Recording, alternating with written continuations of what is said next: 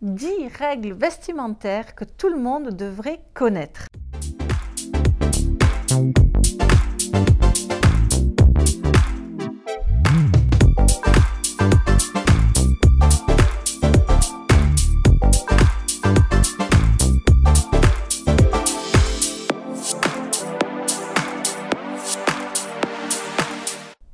Bonjour, ici Mademoiselle M, révélatrice de votre meilleure image. Alors, dans cette vidéo, je vais partager avec vous 10 règles qui certes ne vont pas révolutionner votre look, mais néanmoins qui sont des détails, qui sont des astuces qu'on a tendance à négliger, à oublier, à survolter comme ça, à en minimiser l'importance et qui pourtant peuvent saper votre style de manière générale.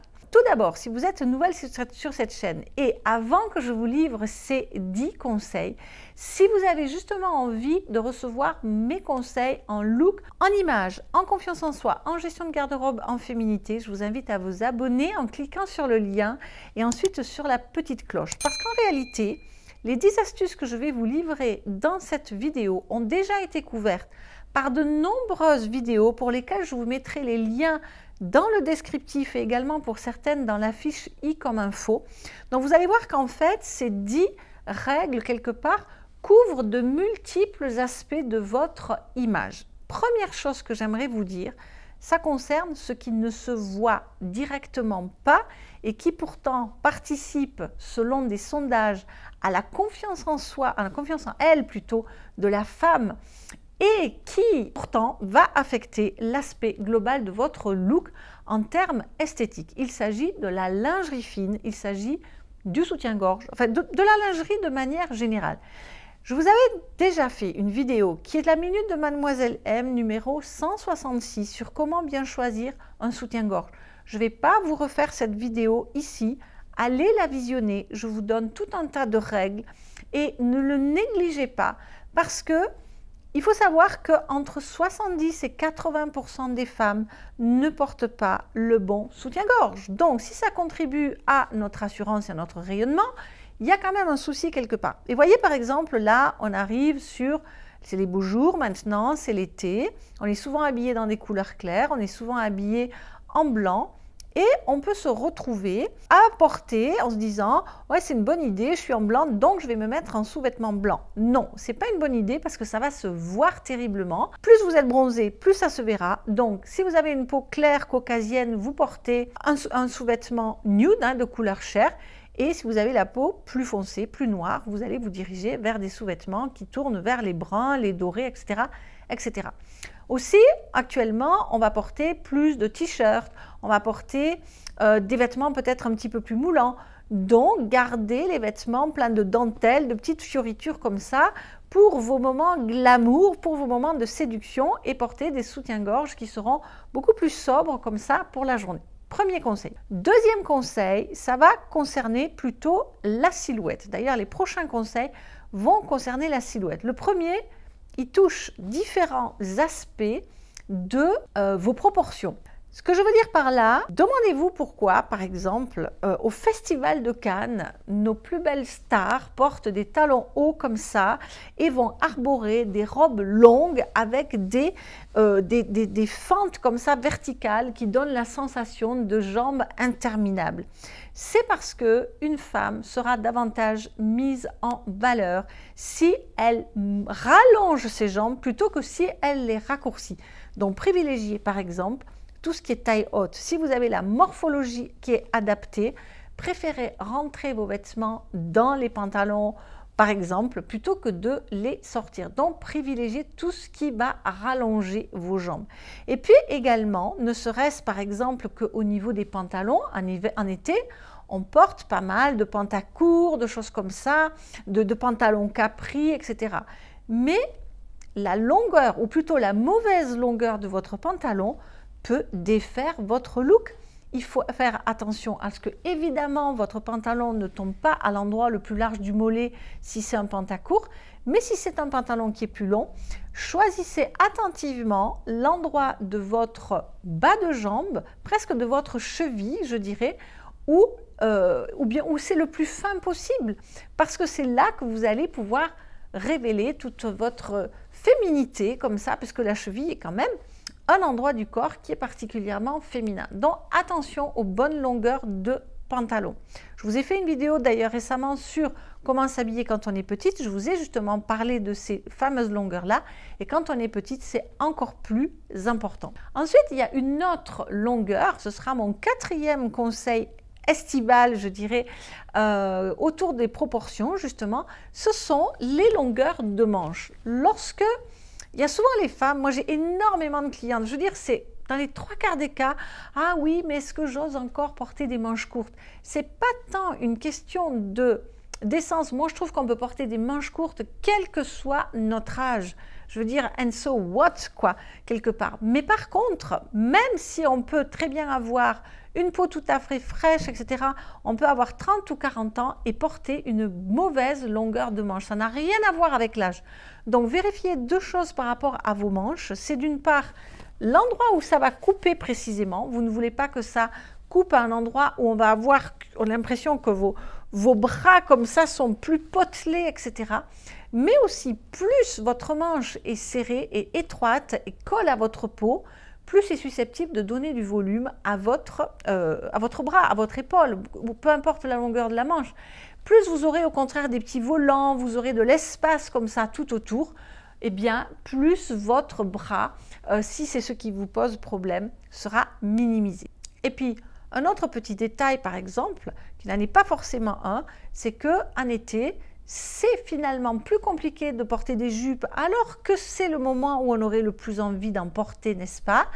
Parce qu'en hiver, eh bien, on peut cacher les petits défauts des jambes, les genoux cagneux ou les genoux pas très jolis comme ça, sous des collants opaques, avec des bottes ou même avec des cuissardes, alors qu'en été, il n'y a rien pour camoufler. Donc en été, pour certaines femmes en tout cas qui ne peuvent pas ou plus se permettre des mini-jupes ou des jupes courtes, eh bien, on va se rabattre sur des jupes midi ou sur des jupes longues. Attention avec quoi vous allez porter ces jupes-là, parce que évidemment que ce type de jupe ne se porte pas vraiment avec des collants chers, et à la limite, eh bien, je vous dirais, privilégiez les jupes longues que vous allez porter peut-être les jours où il fait les plus froids, ou peut-être plutôt pour comment dirais-je, les périodes de mi-saison où vous allez les porter avec des collants opaques, noir, brun, ça dépendra de votre colorimétrie, et avec des petites bottines plutôt que forcément avec des sandales ou avec des baskets, parce que les jupes longues font pas toujours bon ménage avec ce genre de chaussures. Ensuite, 5e détail justement, 5e règle je dirais, c'est d'être vigilante sur la couleur des collants. Certes, c'est un conseil qui sera plutôt à mettre en application en hiver ou justement à la mi-saison, mais néanmoins, et je vous avais fait des vidéos sur les collants, donc je ne vais pas m'éterniser, mais attention aux couleurs de collants quand c'est le cas. Ensuite, 6e conseil, et là je vais revenir sur la silhouette, ce sont les imprimés. Et là, c'est notamment les volumes des imprimés. Vous savez qu'il y a une règle qui veut qu'on va harmoniser le volume des imprimés à l'échelle de notre silhouette, certes.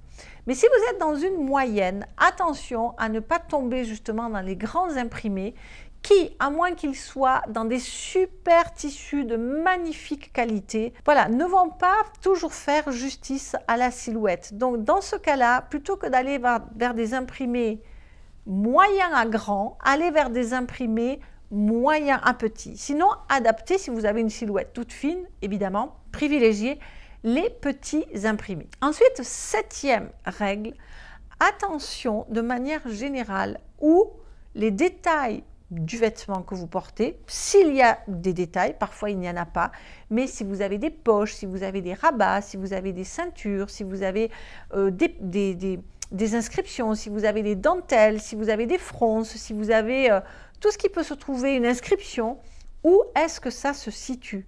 Vous ne voulez pas attirer l'attention à un endroit qui est sensible. Typiquement, si vous avez du ventre, je vous ai fait d'ailleurs une vidéo récemment sur comment camoufler son ventre, vous ne voulez pas avoir des poches plaquées sur votre ventre. Ça rajoute de l'épaisseur, ça rajoute une épaisseur de tissu, ça attire l'attention dessus. Donc à ce moment-là, faites en sorte, une fois que vous connaissez votre silhouette, de détourner l'attention, de dévier l'attention sur une partie de votre corps où vous avez plutôt envie qu'on regarde. Ensuite, 8e conseil, vous me savez amoureuse des couleurs, dont une règle, c'est de maîtriser de main de maître les couleurs qui vous mettent en valeur, de façon à ce que vous soyez dans une bulle harmonieuse avec vos couleurs. Pas qu'elles vous agressent, pas qu'elles vous affadissent. Maîtrisez vos couleurs, pour moi c'est le b.a.-ba et c'est la porte ouverte à l'harmonie, à la confiance en soi, à une bonne gestion de votre garde-robe. 9e conseil, ça va être de rester sur vos acquis. On ne prend pas de risques, on sait ce qui va ensemble et on fait toujours la même chose. On est dans une routine pépère qui peut nous amener au has-been assez ou plus ou moins rapidement. Donc non, remettez-vous en question, évoluez, ça fait partie des règles pour être bien habillé. Et puis dernier conseil, que je vais survoler parce que c'est évidemment des sujets à part entière, c'est ne négligez pas l'importance de votre coiffure et de votre maquillage. Voilà, d'abord c'est tout autour du visage, véritablement, on communique avec et si vous avez une sale tête que vous n'aimez pas, vous ne serez pas en confiance et voilà, donc c'est un tout, c'est pas que les vêtements, c'est véritablement un tout. Dites-moi d'ailleurs dans les commentaires si vous-même vous êtes attentive à tout cela et peut-être même que vous avez votre propre arme, voilà, votre arme fatale qui fait que voilà, tout de suite cette règle pour vous, c'est on ne peut pas y déroger, c'est quelque chose que vous mettez systématiquement en application. Je lirai vos commentaires. D'ailleurs, merci pour vos likes. Dites-moi si vous avez apprécié cette vidéo. Merci pour vos suggestions de vidéos. Merci pour vos partages. Si vous êtes nouvelle sur cette chaîne et que vous n'avez pas encore téléchargé mon cadeau de bienvenue, eh bien, soyez la bienvenue. Ce sont 5 vidéos phares qui vont vous exposer les 26 fondamentaux de votre meilleure image. Si vous avez envie d'aller plus loin pour justement connaître votre silhouette, votre style, les couleurs, le maquillage, la silhouette, la gestion de la garde-robe, la coiffure, etc., eh bien, votre accompagnement première impression 100% pur soi vous attend. Je vous prends justement par la main. Vous n'êtes pas laissé au bord de la route puisque les beautés rayonnantes qui sont les autres participantes de cet accompagnement et moi-même vous attendons à bras ouverts. Eh bien, je me réjouis de vous retrouver dans une prochaine vidéo après vous avoir expliqué ces 10 règles vestimentaires à ne pas oublier. C'était Mademoiselle M, révélatrice de votre meilleure image. Bye bye!